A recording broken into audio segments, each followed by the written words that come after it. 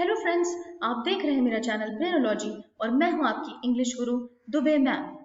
तो आइए English language यानी अंग्रेजी भाषा को सीखने की श्रृंखला को आगे बढ़ाते हैं।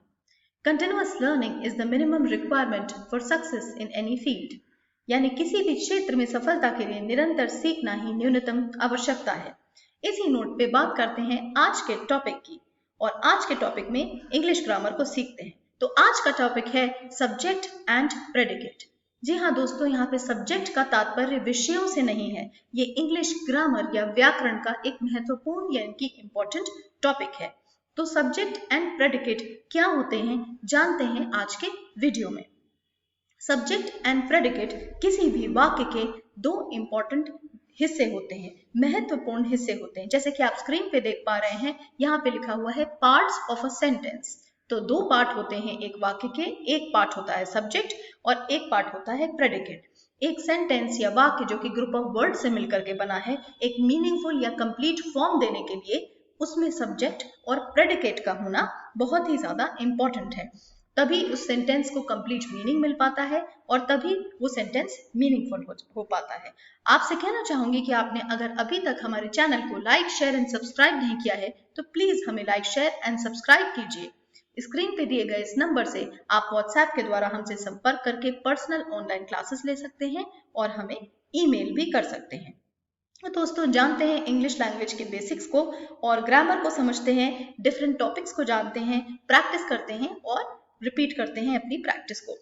सब्जेक्ट क्या होता है? सब्जेक्ट होता है the part which names the person और thing we are speaking about, यानी जिस व्यक्ति और जिस वस्तु के बारे में बात की जा रही है, ये कहिए जिस नाउन या संज्ञा के बारे में बात की जा रही है, वो होता है सब्जेक्ट। द पर्सन और thing doing the action is being described, और वो पर्सन और थिंग कोई कार्य या एक्शन कर रहा होता है। ये सब्जेक्ट एक नाउन बेस्ड होता है।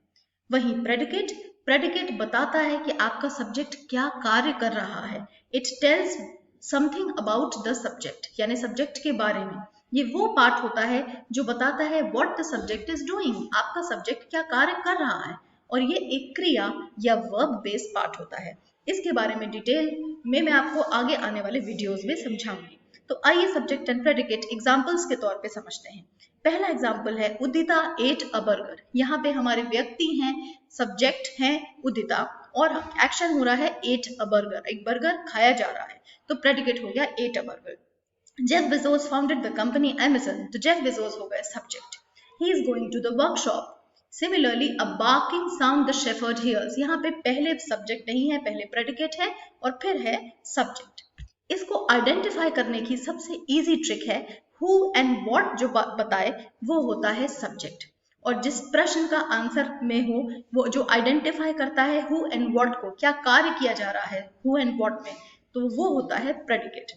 प्रेडिकेट में याद रखिएगा एक वर्ब भी होता है, जिसको मैं अपने आगे आने वाले वीडियोस में डिटेल में समझाऊंगी। अभी के लिए दोस्तों मैं आपसे ये कहना चाहूंगी कि आपने सब्जेक्ट एंड प्रेडिकेट के बारे में एक ब्रीफ इंट्रोडक्शन लिया।